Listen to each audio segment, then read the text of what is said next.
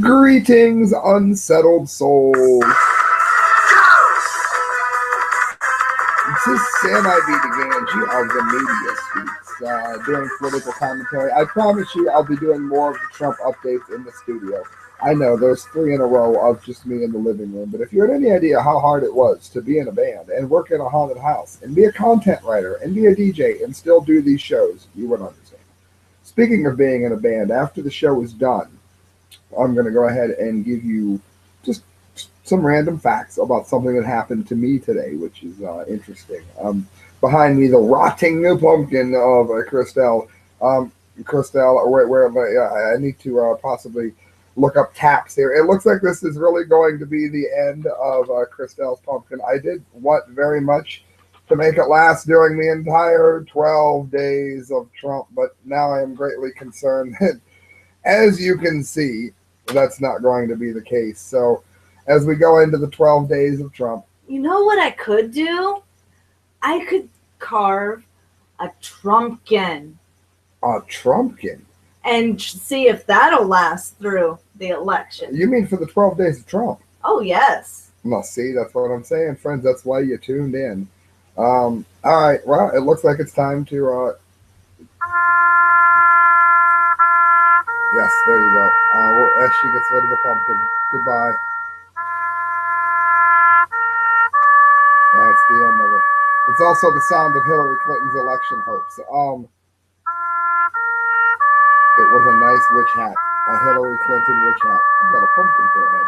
All right, friends, before everybody tunes out, if you don't like silliness, I don't know how you found this to begin with. If you want nuts and bolts, and want seriousness, all right, fine, I got tons of seriousness. Check this out.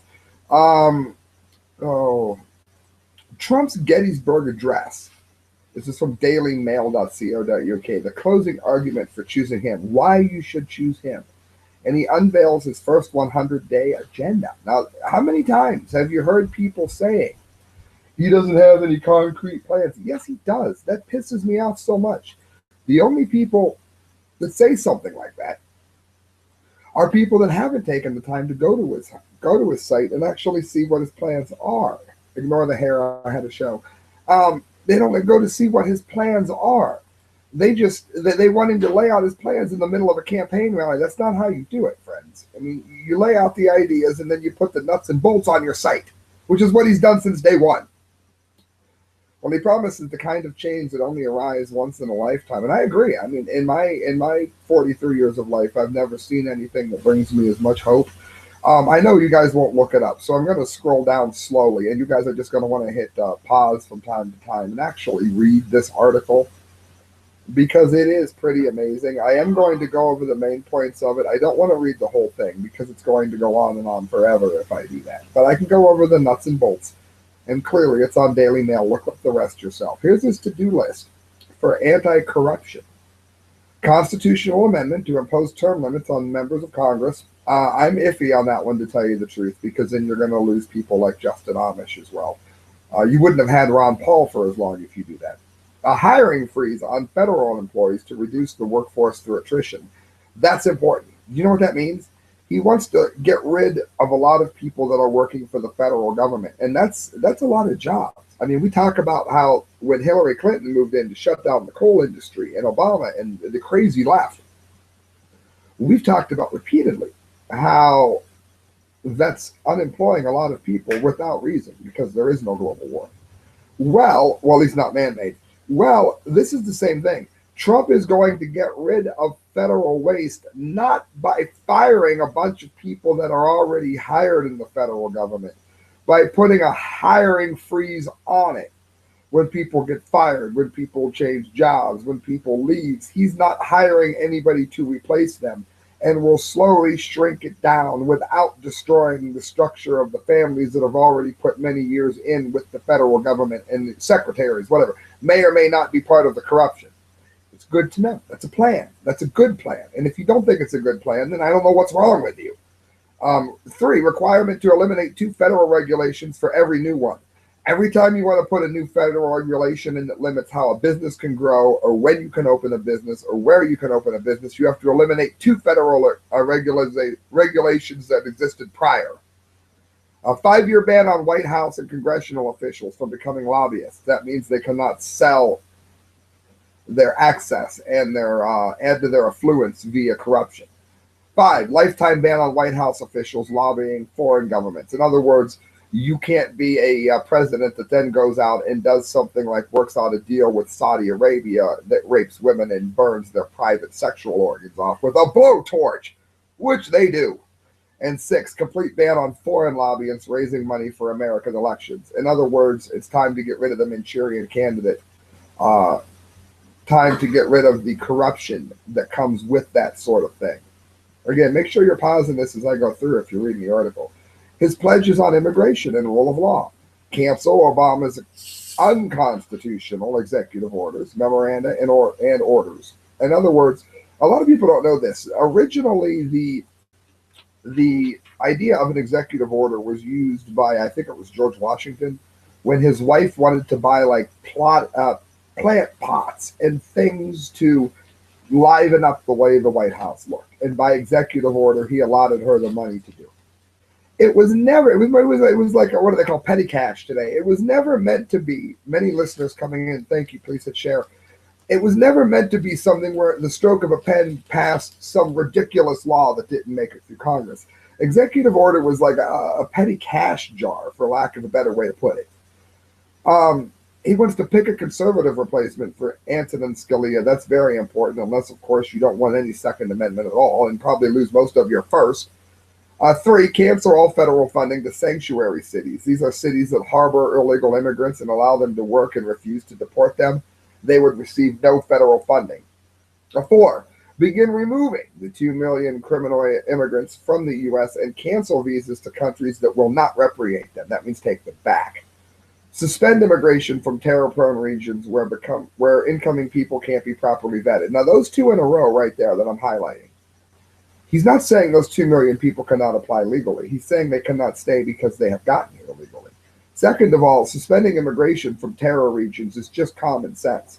If you don't believe that, then go ahead and look up Germany. Go ahead and look up Sweden becoming the rape capital of the world when Sweden has always been one of the most peaceful places to live in the entire globe. What's his plans for jobs? All right, negotiate the NAFTA or withdrawal from it. Wonderful. I say withdrawal, but renegotiations would work. Withdrawal from the Trans-Pacific Partnership. That's important unless you want more outsourcing and you want the UN deciding what should be legal for American businesses. 3, order the Secretary of the Treasury to label China a currency manipulator. If you don't know what that is, it's the way that they devalue their money so that they can sell more things at a better price and then raise the price later. 4, use U.S. and of course, when you do that, then your money is never worth what it says it's worth, except for when you claim it needs to be, and that's never when you pay back. It's always when you borrow, or never when you borrow, always when you pay back. You see why? Because the money's worth more on the other end that way. 4, use U.S. and international laws to end foreign trading abuses that unfairly impact American workers. I don't know. Are you an American worker? Do you know one? Seems practical to me. 5, lift restrictions on the production of $50 trillion worth of U.S. energy reserves, including shale, natural gas, and coal. Notice he doesn't say nuclear. That makes me very, very, very happy. For those of you that follow me, a massive Fukushima update after the elections. 6, approve the Keystone XL project. Yes, thank God. 7, cancel billions of dollars in payments to the UN climate change programs and use that money to improve U.S. water and environmental infrastructure. In other words, we're tied into the United Nations right now, and we're paying a lot of money because of carbon emissions that they're raking us for because of global warming. There is no freaking global warming, but you're taking the money anyway. Trump is saying, all right, if you care so much about the environment, how about we don't give any money to the UN at all for these initiatives? Instead, we take that money and we make sure that our water in the United States is healthy.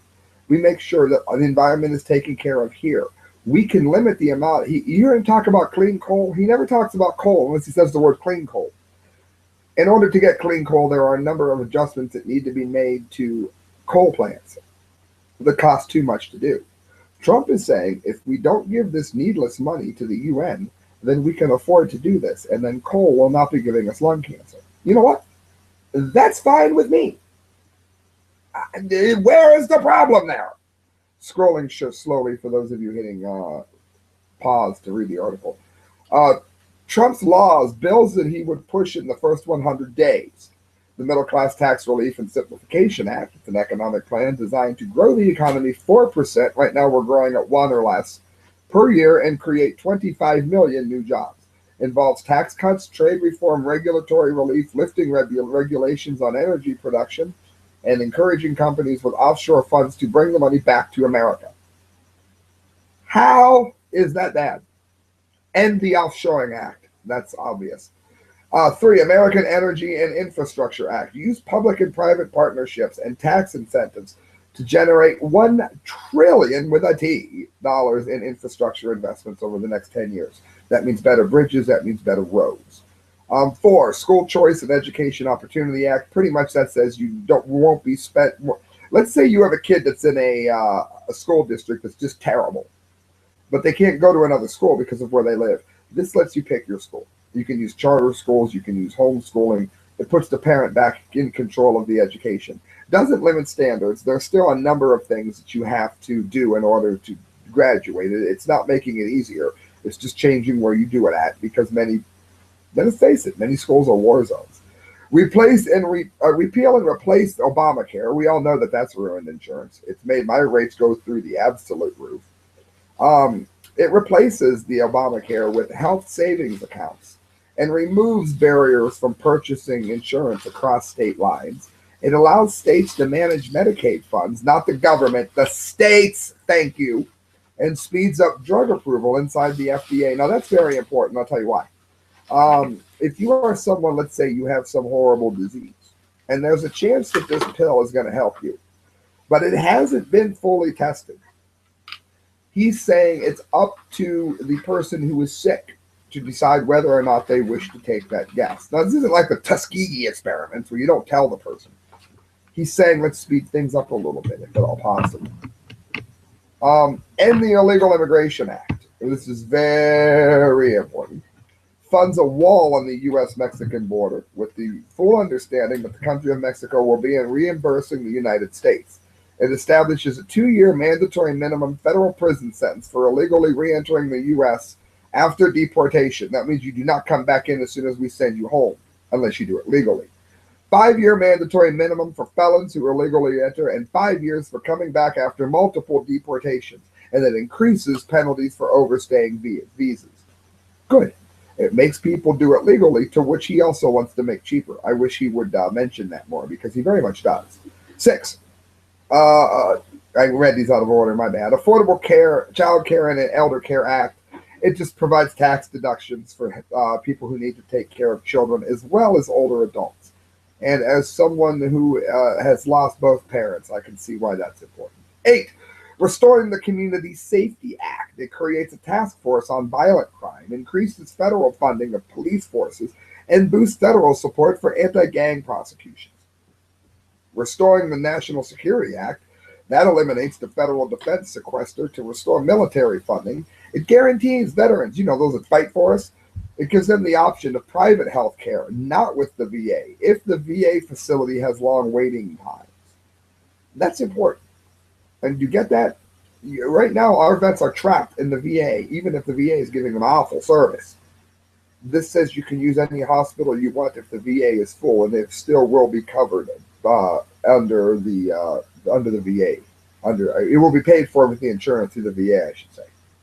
It also institutes new defenses against cyber attacks, establishes new immigration screening based on values. That's good. 10. Clean up corruption in Washington acts. That's obvious. Enacts new ethics reforms affecting politicians and their staffers. What is wrong with this? What is vague about this? Again, let me go back up so I can go slowly for those of you hitting pause. What is vague about this? I'm sorry, I don't see a vagueness here. What I do see is a man, I'm sorry, friends. What I do see is a man with a very good plan here. I don't see what's not to like. I do know this. If you go to Hillary's site, yeah, she lays out what she wants. She wants to tax you to death. She wants to make Obamacare even more cumbersome. And there's nothing in it that really benefits anyone. Go look, go compare what I just told you to what she wants to do. Don't log off if you're a regular listener. If you only tuned in for Trump, that is your massive, well, I should say your Trump date, your Trump 12 Days of Trump Day 4. Please donate to the show if you can. The correct views at hotmail.com. Every penny you give to me goes towards a better show. And again, I appreciate you watching. For those of you still watching, you notice I have blue in my hair, and I'm downstairs at my house like I have been. I've been working on a haunted house lately, and I had a Halloween show today. And I just want to throw this out there. And this is my problem with modern music, and not modern music. I take that back. There's a lot of new bands I like, so that doesn't apply. Radio music. I don't care if it's Nickelback or if it's like this Scary Perry, Katy Perry. I don't like the fact that we've entered a time when nobody on mainstream music has any idea how to play an instrument. Oh, you've got tons of new bands that are absolutely amazing at it. Animals as leaders, for instance. But what you don't have is skill in how to play an instrument. Well, I'm in a band that's oftentimes called industrial. I'll look up youtube.com/Sam from Passing Time, War on For Your Mind, Passing Time Band on Facebook. You'll find me. Um, we had a mixer die today on stage on a Halloween show in Kent at the Outpost. And I remember hearing a long time ago that one of my heroes, but he dropped the ball here, Nine Inch Nails, Trent Reznor, years of classical musical training and everything else. He had a sequencer die at Lollapalooza at the first show and couldn't go on. They just didn't play. I decided that was not going to be the case. When we weren't able to run any of the loops, we tried a couple songs and it just didn't work. Immediately, my bassist and I went straight into playing neoclassical music. We did an upbeat version of Fury Lease. We played scary cemetery music in the cemetery for you passing time fans. And we just did it. We just played our music and without any sequences, just stood up there and rocked it. So I mean, learn to play instruments, people, even if you've got loops behind you, because someday you might be called upon to play that instrument.